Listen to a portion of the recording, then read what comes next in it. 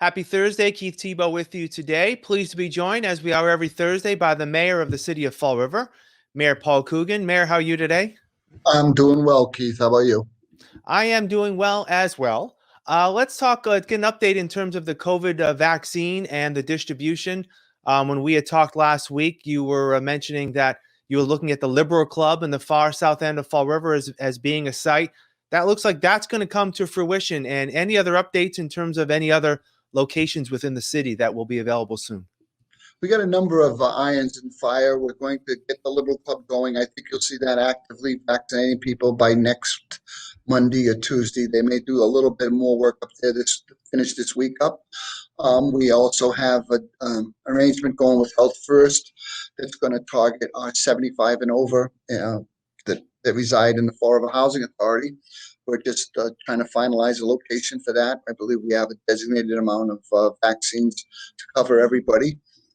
We were at BCC yesterday, which is our new state vaccination site. That was clicking on all cylinders. I was very, very pleased. And because that is a state site, we had people there from Provincetown, Agawam. They were coming from all over, and they were all extremely pleased with the way the facility was operated.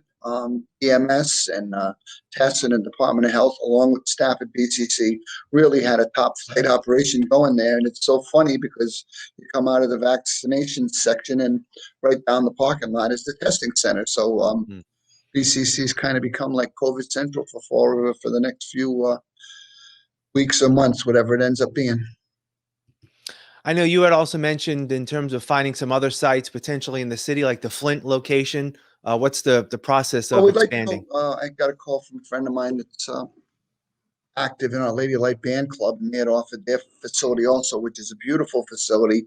And we may partner at the Housing Authority in there. They want a place that has a nice turnaround loop for buses because they're going to be, if that's the site we go with, busing seniors there to make sure they get their vaccines. So again, we're not married to anything on that yet. We have a number of community centers and all of our residences that are more than capable of handling that kind of a crowd.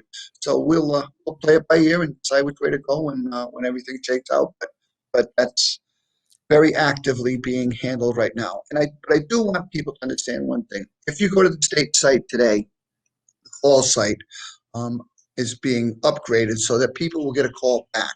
They're not just making people go on a computer to get an appointment. There's a call center, which is obviously there to help. And maybe we'll post the phone numbers a little bit later to help the 75 and up get a vaccine. They're going to upgrade their system so that they take the information, they call the individual back, enter their stuff into the computer, and assist them with it so they can get an appointment.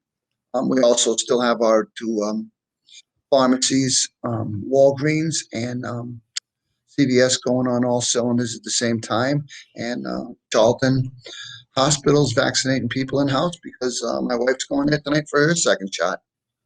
Yeah.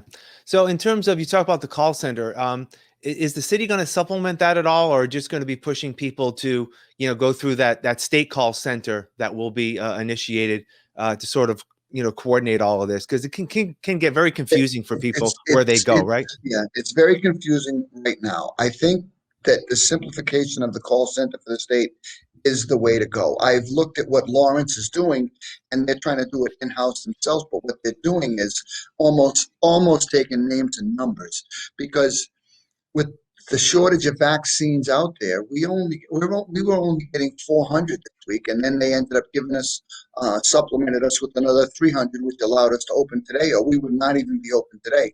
And I did get on the phone yesterday afternoon with the Lieutenant Governor, and I told her that we need more vaccines in Fall River, and we are not strictly a Fall River site. We can accommodate people from all over Massachusetts, and we're more than happy to take a wide swath of people that want to come here. So she understands that we're not just going to be a local center. We are going to be a regional center.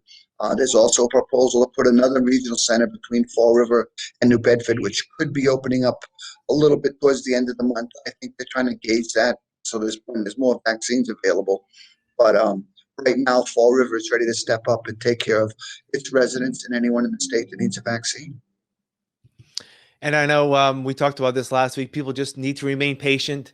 It's going to get better as more vaccines are available and more the organization works itself out.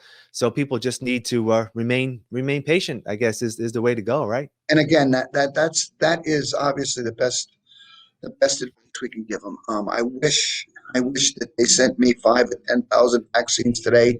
We would have our call center running in about 2 hours, but we don't have them. So I'm not inclined to get on the phone and tell people X, Y, and Z when I can't make any promises that we can help. We're trying to help people that do call our office every day. We're moving forward, and as the vaccine amount ramp up, so will our services to the people. But if right now you're a little down in the dumps because you didn't get a vaccine yet, please sit tight. You can always contact us. We will see what it looks like.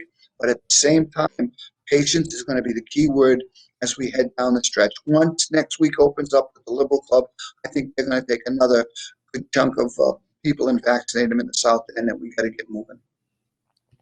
Right, and we'll continue to update that, through our means, and I know through the city of Fall River. So I appreciate any support that you have in terms of sharing that information with us, and you've done a great job of that thus far. I want to shift now to local schools. As many people may know, since just before Christmas, most students in the Fall River public school system have been learning remotely since the surge of COVID cases had gone up. Cases have leveled a bit. And Superintendent Malone announced late last week that beginning on Monday, some students will be going back to the classroom, primarily cohort C next week of grades K through 5. What are your thoughts in terms of, you've talked about this quite often, getting kids back in the classroom. So I would think this is a good first step, right? It's so important. I think getting the kids back in the classroom, especially with what we have left of 5 months of school from now till June or whatever it is, they need to be back in the classroom because we're not going to get out of this unless we start to regulate some normalcy back for these kids.